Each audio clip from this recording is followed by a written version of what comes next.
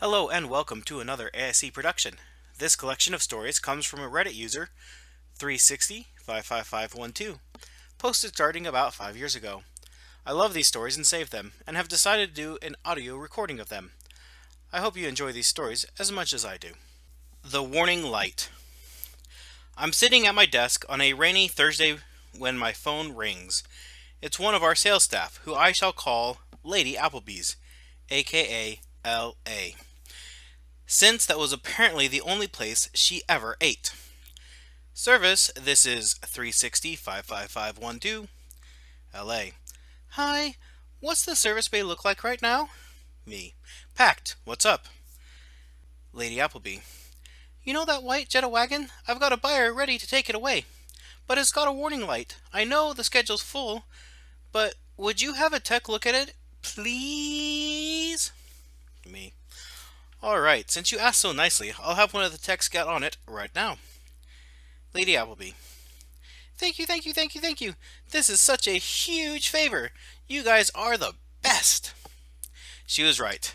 We were the best. My tech rolled the wagon into his bay and plugged in his code scanner. It was a simple code fault for the evaporative emission system. Somebody had filled the tank and not gotten the fuel cap back on tight enough, and the system detected it as a leak. No big deal. Crank down the cap, clear the code, and you're done. 15 minutes later, the car was back in the hands of sales. As soon as the car had left my sight, my cell phone rang. It was Rom, one of the owners this time. Rom. Hey, why haven't you guys taken care of that Jetta yet? LA's got a customer waiting on it. Me. What? We had that thing in service just a minute ago. Cleared an evap code. Rom. Well, the light's still on. Me. That's weird. I'll have a tech pull it back in.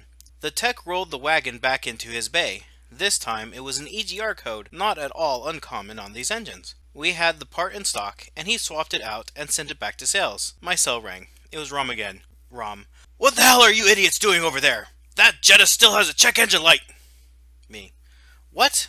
What are you talking about? Alright, we'll get it in. Glow plug code. Easy enough swap. And the part was in stock. Back to sales it went. My cell rang.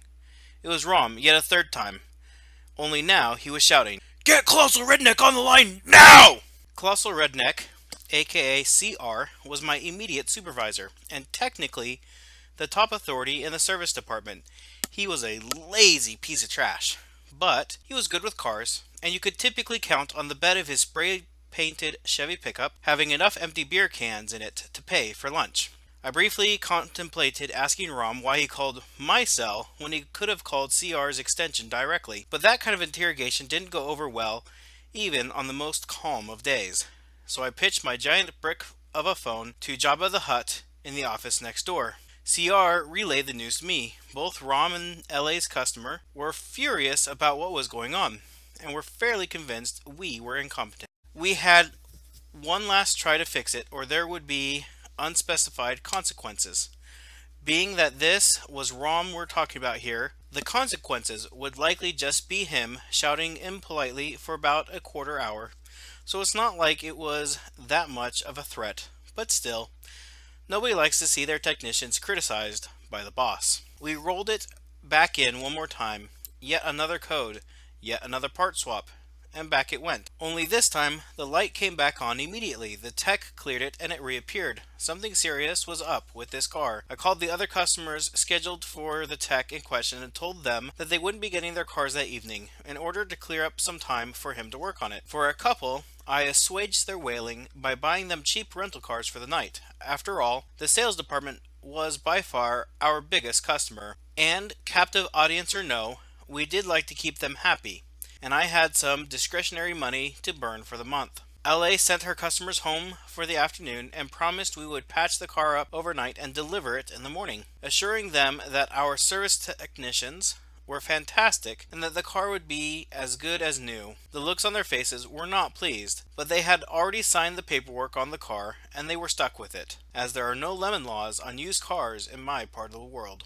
Over the next 4 hours, the tech had the car in and out of his bay 4 more times, replacing nearly every part that had a sensor. After an extended shakedown overnight by CR, we decided the next morning that the car was ready for delivery. LA needed someone to drive her back from the other side of the lake, and since it was a slow day and my 2 office lackeys were AWOL, I volunteered. She shot off in the Volkswagen, and I searched the lot for an acceptable car to pick her up in. I snagged the keys to a diesel-swapped Volvo 240 that needed a good shakedown run. I rolled out on the highway that led over the lake and pressed the accelerator to move up to freeway speeds. The sad D24 engine under the hood obliged the best it was able to for a brief moment, and then I felt the car begin to slow. Immediately, the engine began making a horrible clattering noise and a cloud of black smoke poured out of the tailpipe. I limped the car into a parking lot on the side of the highway and called the office. No answer. I called again, and again, and again, each time ringing through to voicemail. I called CR. No answer. Both my lackeys. No answer. ROM and the main sales line. No answers.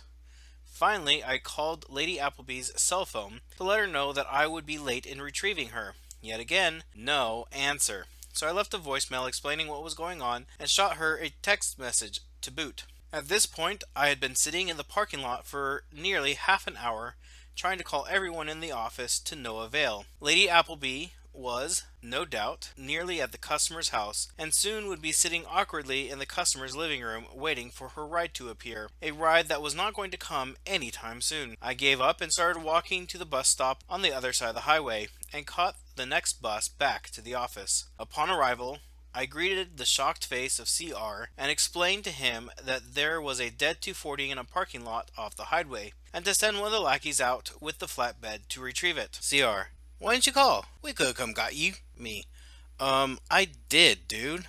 Like 30 times. Nobody picked up.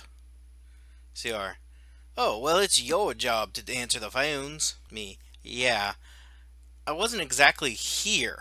I was on the side of the road in a dead Volvo. This did not appear to compute for CR, and I had places to be, so I cut the conversation short and grabbed the keys to another car, which thankfully didn't break down in the drive to the customer's house. Upon arrival, LA marched out to my passenger window and bellowed at me, "Where the hell were you?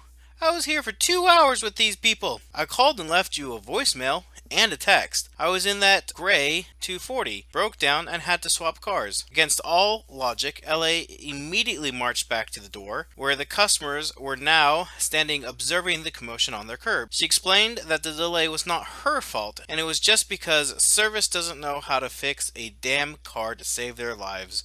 End quotes. She climbed in the car, refusing to make eye contact, and pointed in the forward direction like you might to a chauffeur. I sat mouth agape at what had just transpired. Did you seriously just tell them that service doesn't know what we're doing? LA: well, you don't. Me: the same customers who had a delayed car delivery because of 100 check engine lights that we fixed one after the other? And you think being unprofessional and bitching about your coworkers like this is going to boost their confidence in our shop? You think they're going to think this issue was adequately handled? Or do you think they just bought a lemon from you? I paused for a moment to let it sink in. And after we did you the favor of throwing a technician at that car all day long to get it ready for you, we pushed you to the top of the schedule and pushed customers overnight for you as a favor. I dipped into the service budget to get overnight rentals for those customers rather than billing to sales as a favor. And I had service eat the cost of the repairs since you had already sold the car as a favor. I spent my entire morning driving around to pick you up as a favor, and you repay my generosity and kindness by throwing me and my technicians under the bus the very moment something doesn't go to plan? That is some bullshit, and you know it. Her eyes looked down. Oh. The hour passed in silence. We rolled back into the shop. I went to my office, she to hers. I was furious.